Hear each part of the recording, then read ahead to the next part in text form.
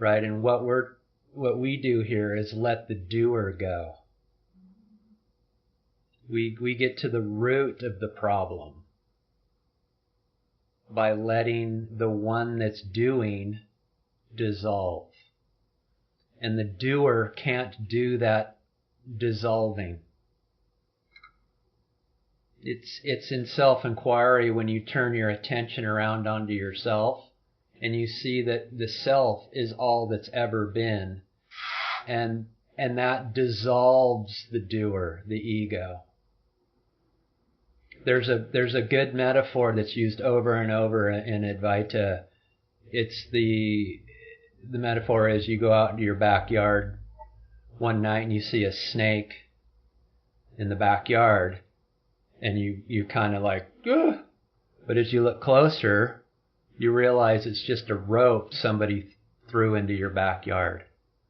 And you immediately realize there never was a snake because you saw right to the reality of it. The reality is the rope. In this metaphor, the reality is yourself. And the moment you see yourself, you'll realize that the ego never existed, just like the snake never existed.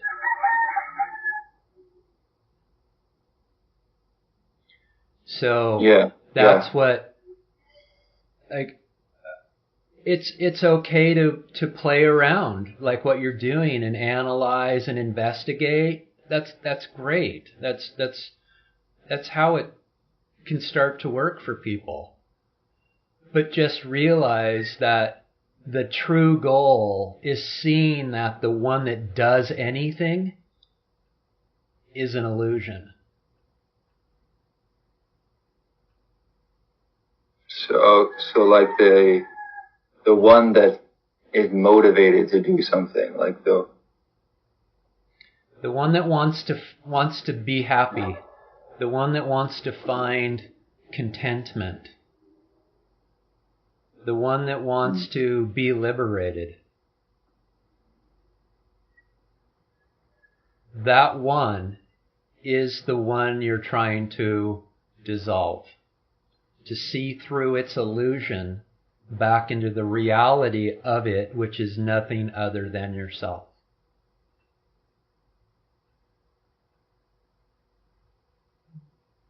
Yeah. And this is where you start to realize what this doer is. Like, it's like everything in your life.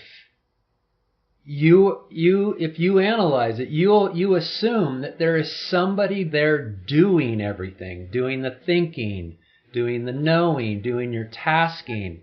It all comes back to this I, this egoic I, the doer.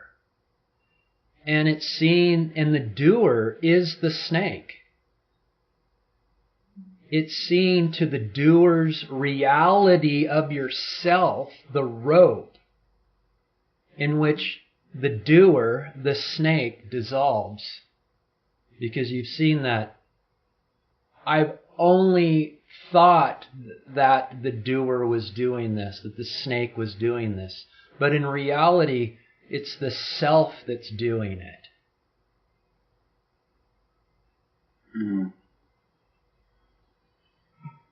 And the ego is the master sleight of hand, right? I mean, it'll slip and slide into this, the most subtle doer it can be. And it's starting to recognize this while you're in self-inquiry or throughout your day. All of its subtle doings. And that takes apparent time to work through all of that to where you can really rest in yourself. The ultimate boundless freedom. You can always be playing with this question. Who is this I that analyzes? Who is this I that's doing nothing? Who is this I that regrets? Who is this I that's bored? Who is this I that's thinking? And it's the same type of question of answering, who am I? Because you start to see everything comes back to this one egoic eye. There's like a big funnel, and we're all looking out, this resentment and the analyzer and the doer, but it all comes back to this I. All funnels back to I. And then the question, who am I, drops that into your being. So it doesn't really matter how you get there or what specific words you say, really. It kind of all falls into the same category. Of I, yes. You're scrutinizing the I you believe yourself to be. Yeah.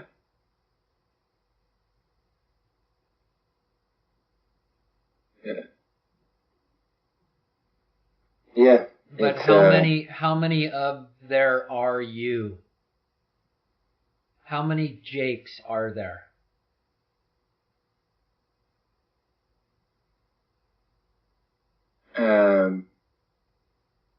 Well, there's,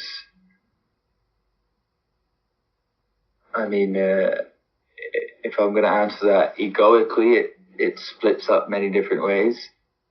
But inherently, how many of you are there? There's none. There's not even a Jake. How many existences do you have?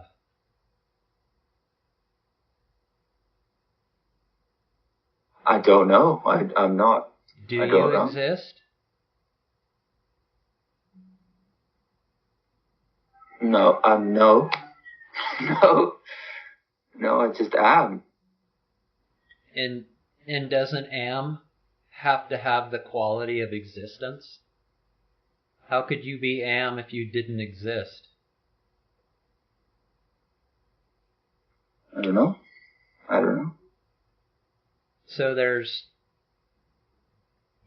you, yourself, the self, everybody's self has two absolute qualities to it, and that is it exists and you know that you exist.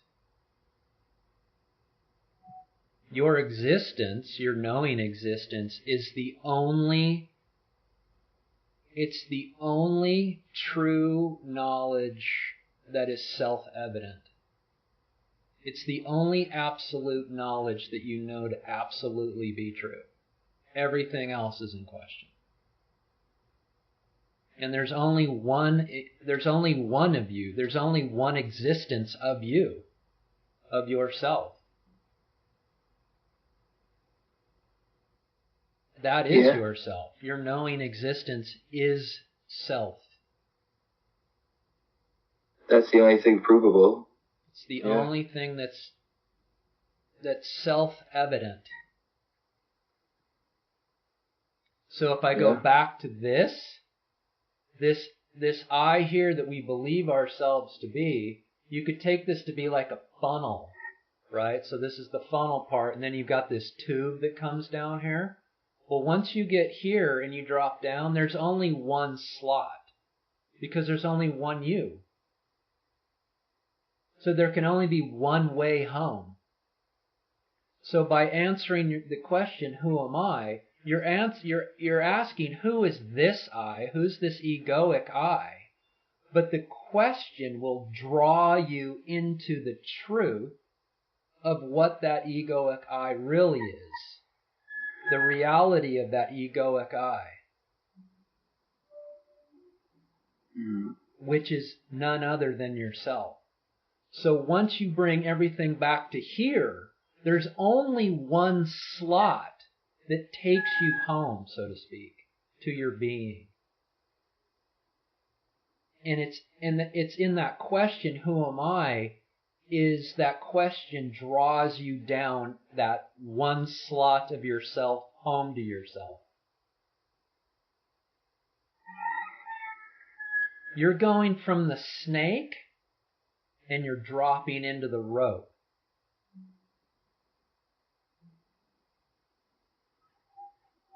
guess I understand it in a sense, but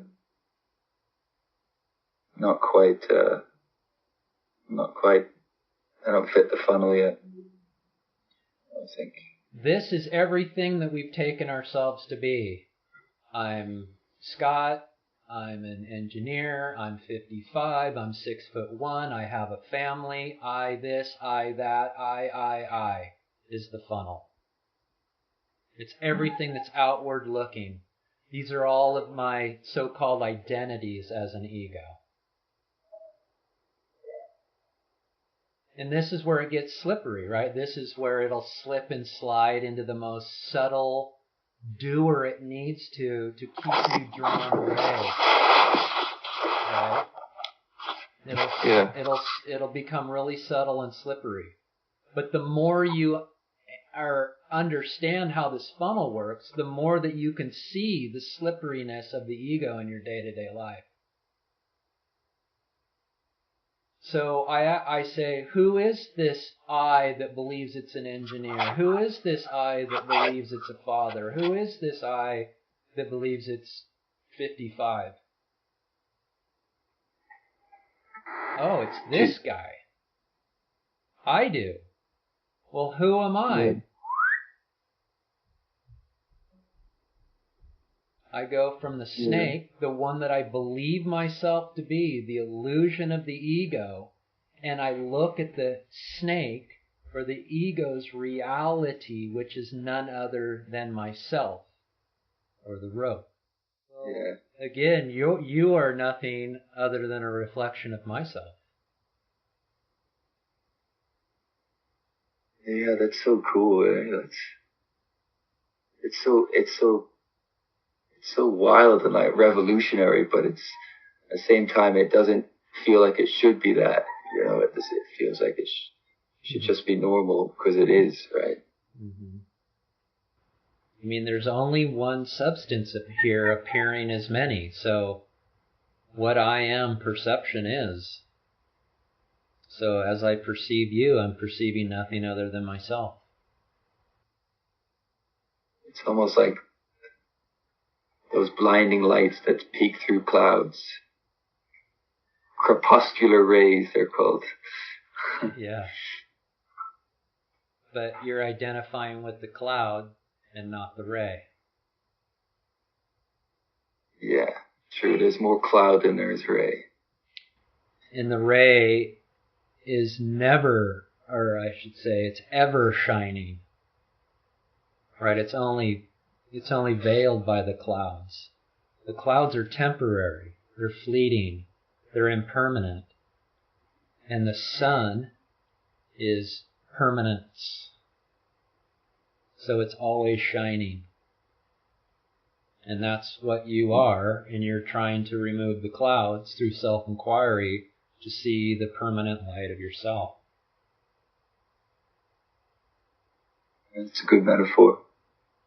The clouds are the snake, and the sun is the rope.